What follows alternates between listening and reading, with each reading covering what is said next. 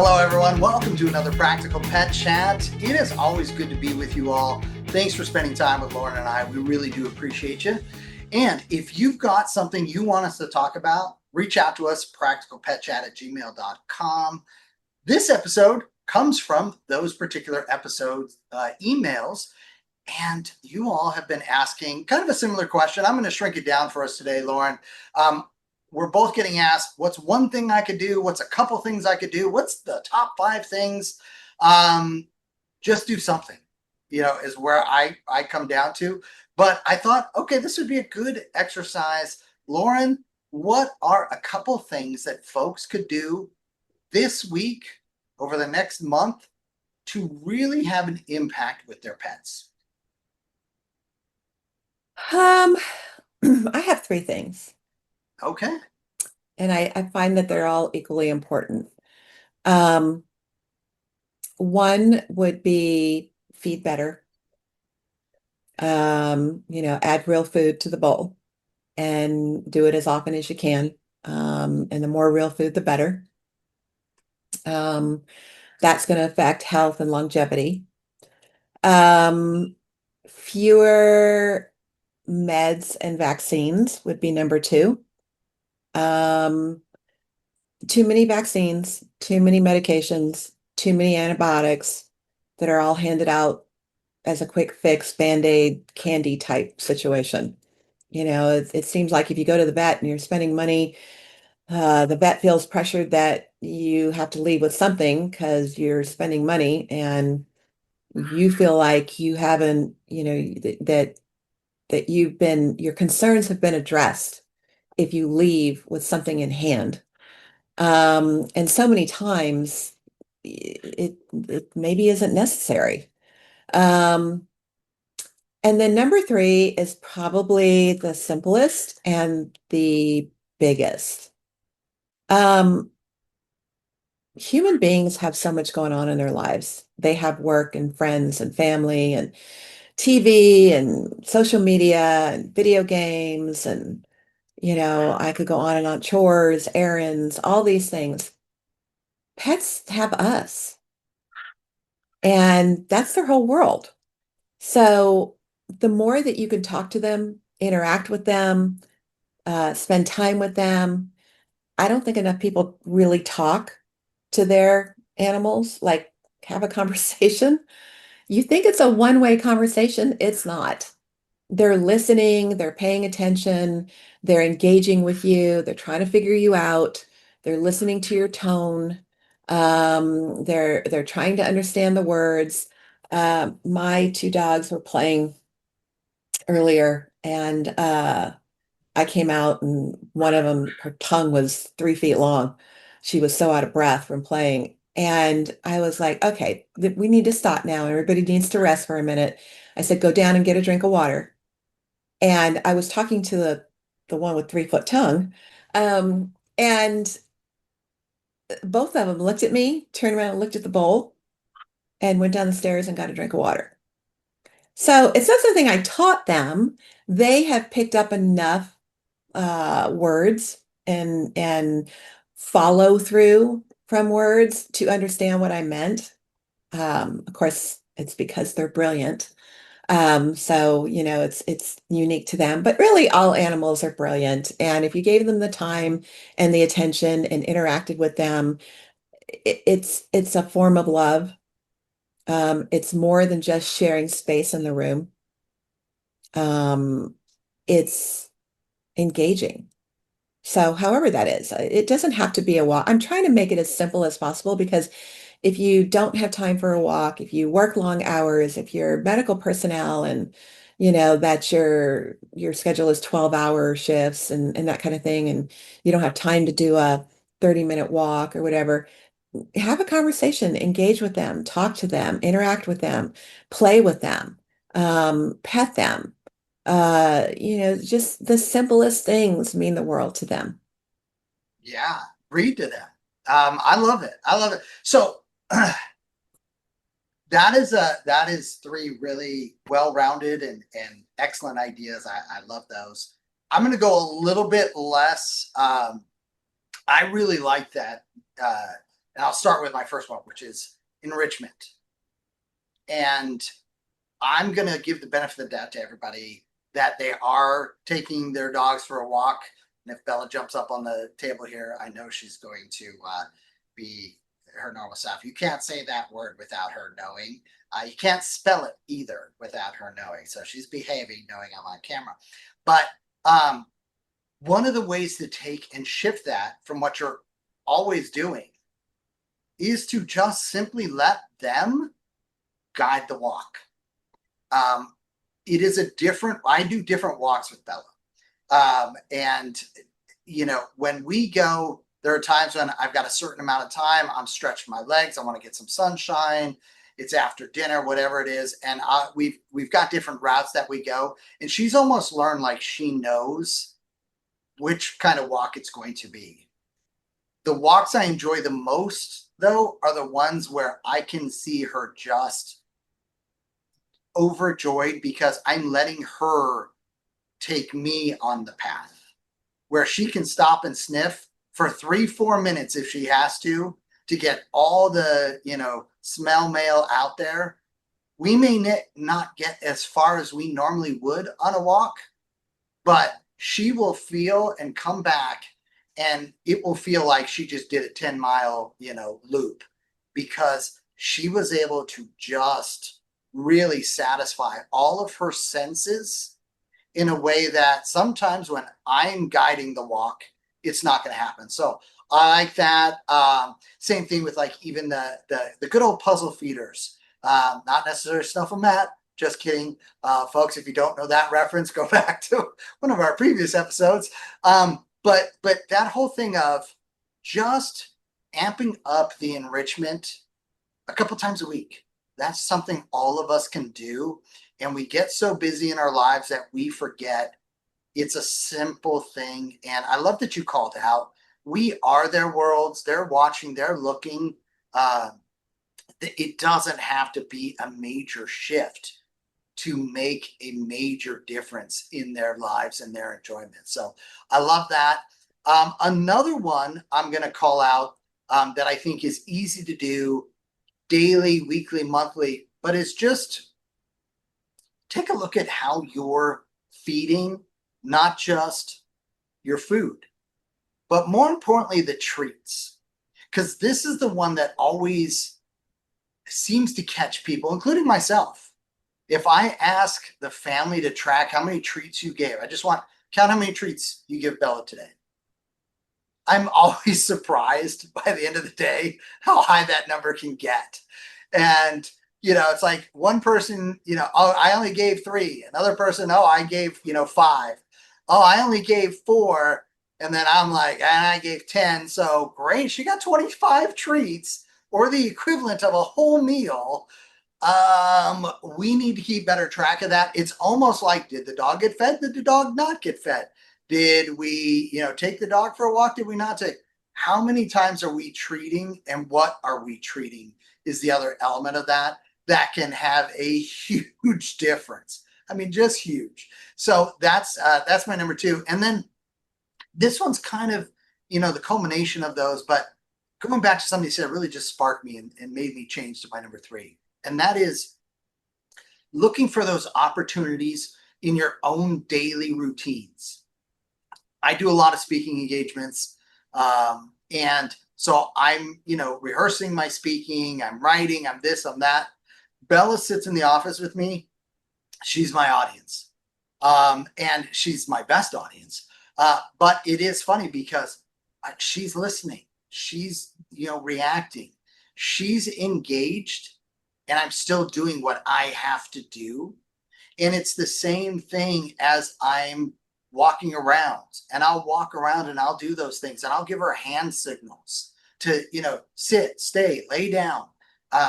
She's reacting right now.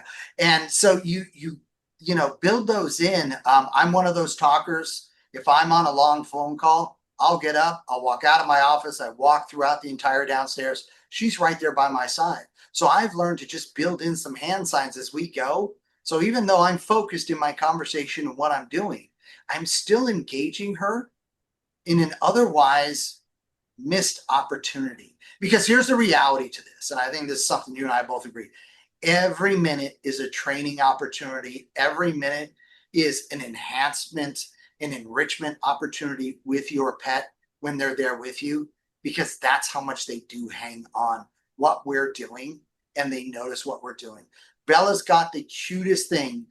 She doesn't say the word yes, but she will do a downward dog bow when she really wants something. So I can say certain words and she'll wait until the one that she hears that and she does that. And it makes me so happy. I'd love to say that happened because I trained her to do that. I didn't. She was watching me. She was watching to see how I'd react. And she knows when she tells me something by doing that, I get the biggest smile every time. And she does that with the rest of the family, even when we have others come over to watch her.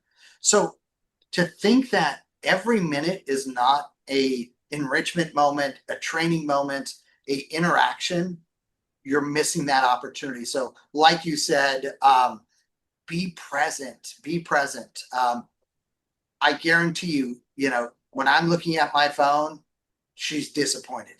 Okay. Sometimes that's unavoidable and I have to do that. Sometimes, she'll even let me know. And that husky part of her, all of our different animals have their own natural instincts that will come out at different times. And it's just really funny because she'll talk to me.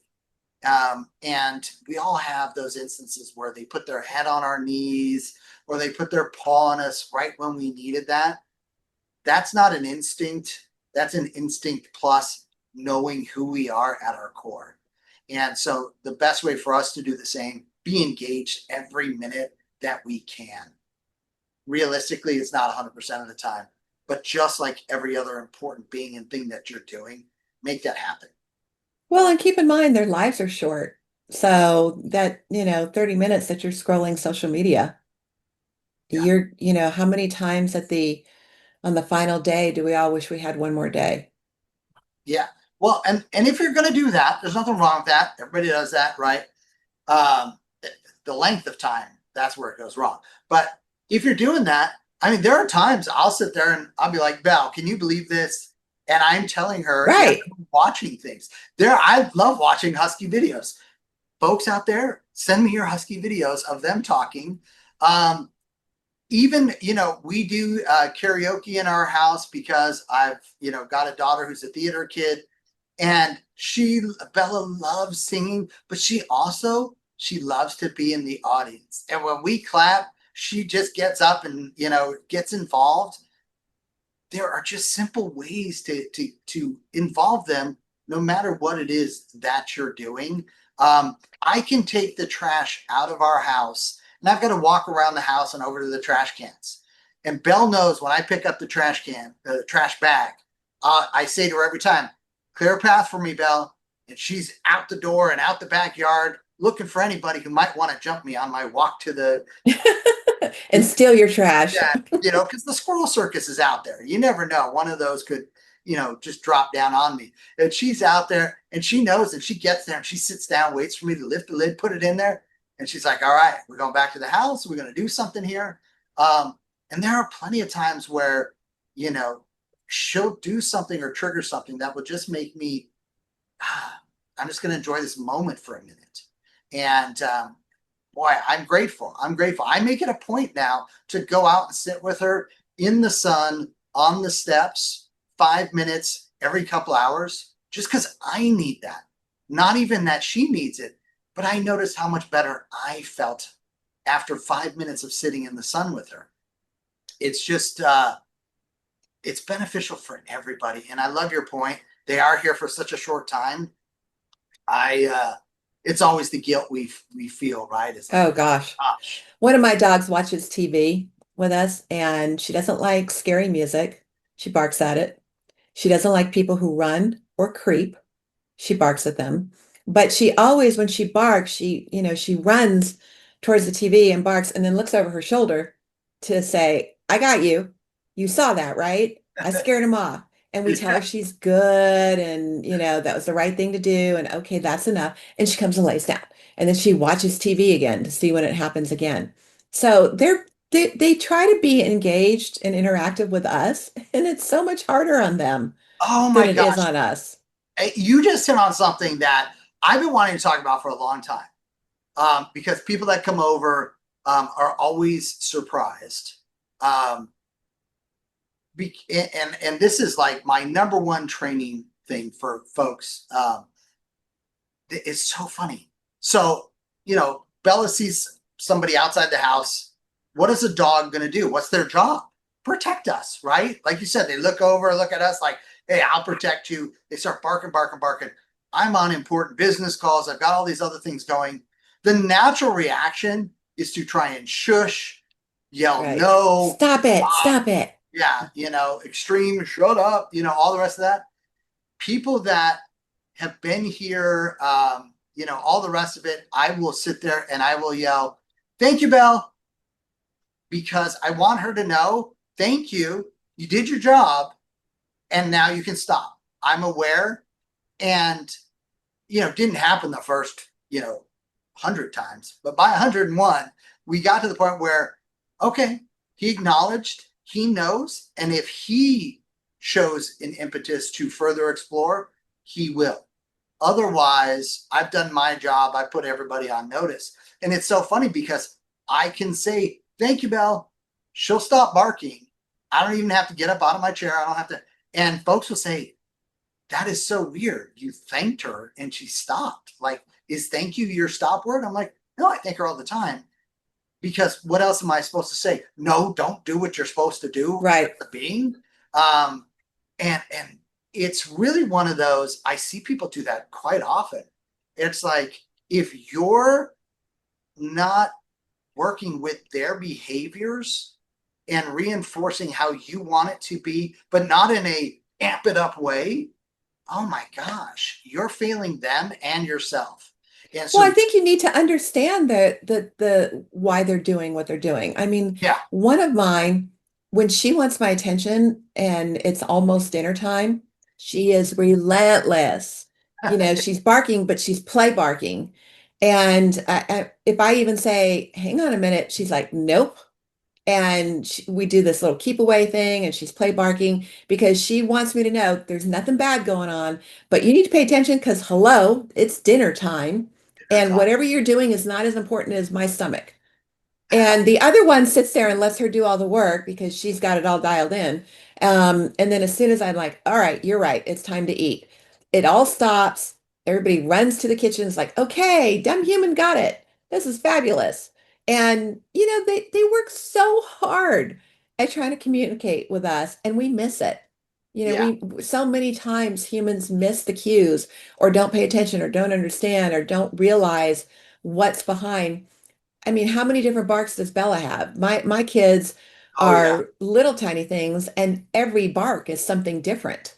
There's Well, different intonations for different things that are going on, and the difference between warning and somebody at the door and play and calling somebody. And if somebody's in the front room and they hear dad pulled up in the driveway, they have a right, particular bark because the other one that might be in another room all of a sudden is like, I gotta go, it's dad. And flies out of there. And it's not because she can hear the car where she's at, it's because she heard her sister bark that bark. right. So it's once you start to dial into all that, it's fascinating and it's so Oh my fun and gosh. enjoyable. So speaking to that, I have an app that lets me know where my kids and all of us, so we all know where we're all at any given time.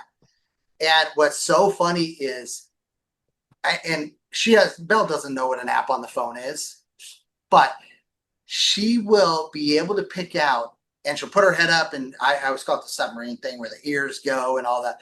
She can identify a family member is home before I get the ding on the app that says that, so and so has arrived at location.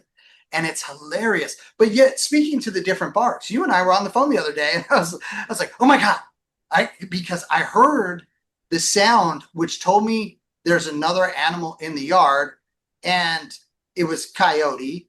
But then, I turned around and I said to you, I'm like, oh my God, I got it. Oh, wait.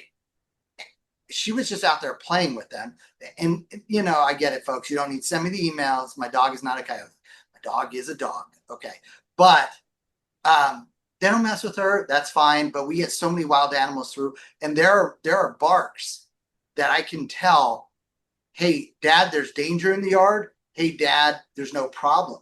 And the other interesting part is if my daughters are home, it's a different sensitivity level because Right. if my daughters are home and a, animal like a coyote comes into the yard, it's a different tone that tells me, hey, get out here, let's run this thing off. As opposed to if it's me and her, and I know what you folks are all thinking, I think it too, maybe she's setting me up. If I don't show up for a few of these, Lauren, you know why, Bella. But the point being is, yeah, and what an amazing thing. Think about how all of these beings have the ability to communicate without the ability to communicate with words. And that's that other part of it is just if you're present, if you're making those conscientious changes, if you don't let your dogs get up on the furniture, totally understand that. But then this week, I'm not saying let them on the furniture, but instead of you sitting on the furniture, maybe you put a pillow down and you sit on the pillow with them this week. I'm pretty sure you're gonna at the end of the week be going, oh, I've been missing a lot of hugs and snuggles and affection. So Dude, it's called furniture. Let him on the furniture. I'm with you on that. I have It's no just a problem. couch or a chair or a bed. Who cares? Yeah, no, no, I couldn't agree more. I think all of those things, it doesn't take a lot to elevate. It's one of those things that, and it's funny because I think when folks ask you and I these questions, they think we're going to give them some like life-changing advice of anything, and they're like, oh, well, yeah, I could do that.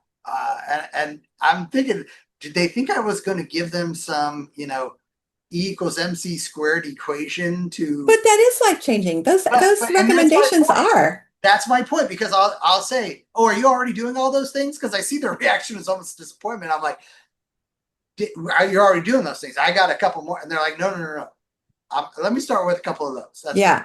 Yeah. And so I have to remind myself. So it's not a knock on people. It's just a like, hey, this is how simple it is that we can elevate for our pets.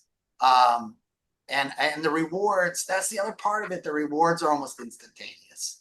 Yeah. That's the beauty part of it. They don't have to tell us with words. They can tell us. And here's how great it is. I brought up the letting, them dictate the walk that you take in the sniffing. If you ever want to see a peaceful angel with fur in your living room, let them do that for a half hour. You come back and they are just knocked out, asleep, enjoying every piece of information they just picked up. They are so peaceful. It will make you smile. Your heart will grow multiple sizes. I know mine does every time. It Grinch. doesn't take a lot. It doesn't take a lot. Well, I've been called worse, so we'll get there. But yeah, I love this. It's a good topic. Good topic. And thank you all. Great questions. Keep them coming. There are a lot more that we could certainly cover, and we will cover. But Lauren, I think I've probably shared mine. I'm sure people are going to send the wow, he's sappy emails to you this week. Anything you want to share before we close this episode out? No, I think that if you to what you had said, if you're present and you pay attention, um, oh my gosh, it's so worth it. It's so worth it. It's for the little bit of interruption, if you can call it that, interruption from what you are doing. The reward just it's 10 times whatever you gave up for the interruption. Yeah, yeah. I would say um, it'll be interesting to see what sticks, what doesn't. Let us know what sticks for you, what works, what changes your behaviors. because of the things that you try. Reach out to us, practicalpetchat@gmail.com. As always, we know you've got a lot of things going on in your life. We appreciate getting to spend some time with you. Give your pet some extra belly rubs from us this week. Make a one change behavior, if not all 17 that we've suggested here today. Thanks for joining us here on Practical Pet Chat. Bye, guys.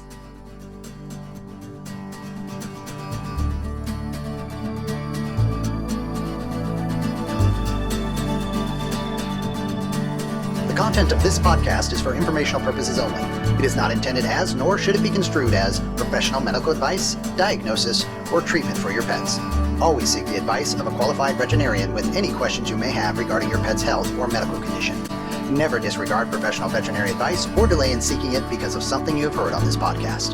The hosts and the guests of this podcast are not liable for any actions taken based on the information shared during these episodes. Any reliance on the information provided is solely at your own risk. Copyright 2025 Practical Pet Chat, all rights reserved. Unauthorized duplication, distribution, or reproduction of any content from this podcast, including but not limited to audio, scripts, and show notes, is prohibited without prior written consent. The opinions and views expressed by the host and guests are their own and do not necessarily reflect the views of Practical Pet Chat.